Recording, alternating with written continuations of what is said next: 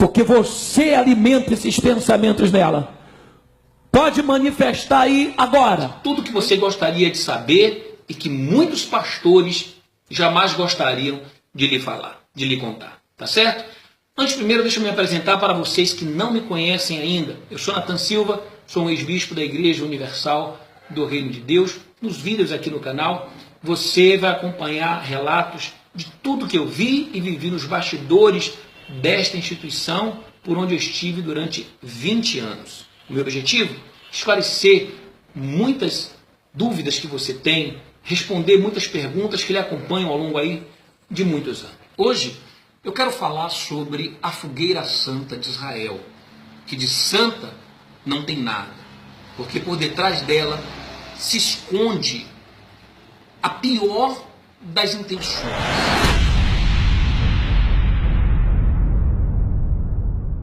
Por que esses pastores se empenham tanto em fazer aquela fogueira santa? Porque a eles é prometido, tá? Um prêmio. Você sabia que existe prêmio para os pastores que arrebentam na fogueira santa? Você que gosta de usar esse termo aí na Universal, usa esse termo, né? Vai arrebentar. Você sabe por que o pastor ele quer arrebentar na fogueira santa de Israel? Ele quer arrebentar porque ele vai ser premiado, ele vai ganhar um prêmio. Então, por exemplo, se ele arrebentar na fogueira santa de Israel, o que vai acontecer com ele? Ele vai ganhar um carro, a igreja vai dar um carro a ele. Se ele já tem um carro, a igreja vai trocar o carro dele. Certo? Se ele arrebentar, ele vai ganhar de prêmio mais um salário de mês. Então, se ele ganha X, ele vai ganhar mais um outro X de prêmio, porque ele arrebentou. Então, ele ganha outro salário. Tá certo? Tá bom? E você ganha o quê? Você ganha o quê? Então é assim que funciona a fogueira santa de Israel. E tem um outro detalhe que muitas pessoas não sabem. Você já viu urubu na carniça? Pois é. É assim que ficam as esposas de bispos e pastores na sede do Estado, quando se arrecadam as ofertas e as coisas doadas na fogueira santa de Israel. Algumas esposas eram escaladas, geralmente as esposas dos pastores regionais, para naquele dia da fogueira santa ajudar a contar as ofertas na sede. E ali, o que acontece? Começavam entre elas umas disputas. Uma disputa, tá? Para ver quem ficava com o quê. Então, uma determinada esposa ali, geralmente a esposa do líder do Estado, do bispo do Estado, colocava um determinado valor, certo? O valor que ela queria. Então, um exemplo, se um anel valesse 5 mil reais, uma aliança valesse 5 mil reais, então ela dizia, não, tá aqui, leva aqui por 200 reais. Então, se aquela esposa era amiga dela, então, essa ela levava de graça. Tá certo? Quer dizer, aquilo que o povo deu com sacrifício, depois era disputado, igual urubu na carniça, ficavam ali, sabe, separando e dizendo, isso aqui é meu, isso aqui eu quero, esse relógio eu quero, essa pulseira eu quero, esse brinco eu quero, era colocado separado, fazia-se um pacote. Aí juntava um pacote todo de uma coisa que valia, por exemplo, 20, 30 mil reais de doações, tá, em joias, e ela dava ali qualquer 500 reais e estava tudo certo. E quantas situações depois houveram de obreiros que viram algo que ele doou no pescoço, no braço de uma esposa de pastor ou de bispo. Eu conheço muitos bispos, tá? Bispos. Pastores eu não conheço não, mas bispos que foram acusados, e muitos deles até com provas, tá? De adultério, e que estão lá na Igreja Universal do Reino de Deus, e pasmem, como bispos. Como bispo. Eu conheço bispo que está lá, que ele foi tirado, melhor, ele foi comprovado, tá? Que ele adulterou, mas esse bispo, ele era muito amigo, tá? É até hoje, tá? Do bispo que cuidava, ou que cuida até hoje, não sei, do Brasil. Mas aí não é só questão de amizade, não. A gente para pensar até que ponto não é rabo preso. Até que ponto não existe algum tipo de negócios escusos entre eles e que um diz, olha, se eu sair, se me tirar, eu denuncio. Se me tirar, eu falo do negócio que nós temos sujo.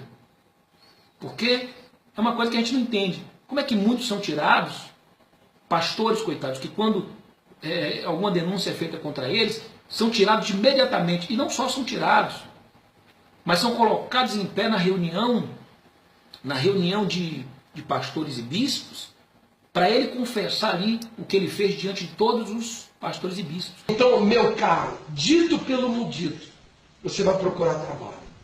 Vai procurar trabalho. Você entendeu? Você entendeu, rapaz? Então, pode sair. Quem é o regional dele? Que ele está em Paulista. Desce lá agora com ele, tira e desliga ele, bota na ficha. Então, eles fazem isso. Uns, eles superprotegem. E outros, eles, sabe, tiram e ainda denigrem a imagem. Então acontece isso sim na Igreja Universal do Reino de Deus. Não é o que pode ou o que não pode. É quem pode e quem não pode. Na minha época, eu como bispo da igreja, eu tinha 6 mil reais de salário, tá? E mais 6 mil reais de comissões de jornais. Eu tinha 1.500 reais de comissão por semana, tá? Porque eram 5 mil jornais que eu passava, eu tinha 30%, tá, daqueles jornais, então somei que você vai ver, cada jornal era R$1 na minha época, certo? Então, 12 mil. Então, se você está mal, está com deficiência, está passando por um problema, está enfermo, precisa de um recurso para um medicamento, precisa de uma internação, precisa de um equipamento para um familiar seu, e que para mantê-lo ali, digamos, respirando, ou enfim, a igreja, uma vez você sendo membro da igreja, ela deve prestar esse assistencialismo. As ofertas são para isso. Tudo bem, volta a falar, pagar luz, pagar água, comprar uma cadeira, certo? Se esses 680 milhões que foram gastos num templo para esbanjar poder e para reconstruir a igreja, ela é isenta de impostos. Porque as arrecadações da igreja, elas têm um destino certo. Não é o pastor ou o bispo que tem que decidir ou definir para onde vão as ofertas das pessoas. O que fazer? Não, vamos construir aqui um ultra mega templo, um ultra mega megalomaníaco templo. Vamos construir o Templo de Salomão. Vamos construir catedrais luxuosas com suítes de luxo. Tá? E não adianta dizer que não é não, porque eu vivi dentro das catedrais. Eu estive dentro das catedrais. E eu sei que todas as catedrais, elas dispõem de uma suíte de luxo exclusiva do Bispo Macedo. Você sabia disso?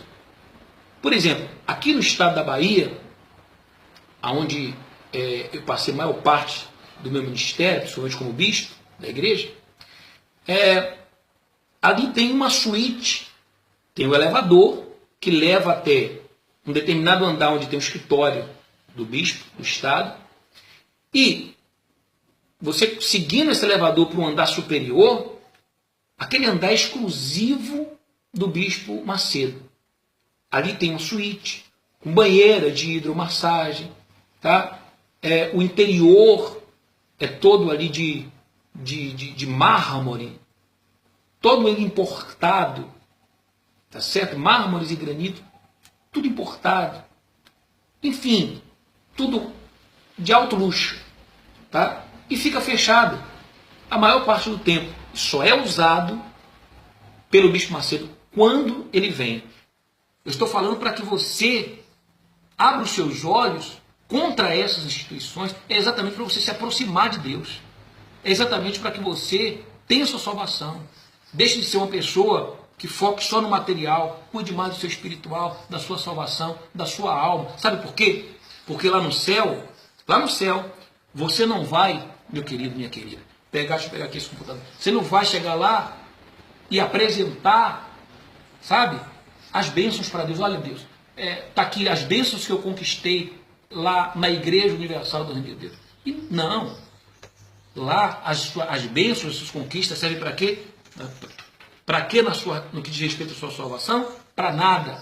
Então, você vem aqui no altar do sacrifício pegar o envelope. Por favor, quem quiser pode vir agora. Em nome do Senhor Jesus. Suba por aqui, por favor.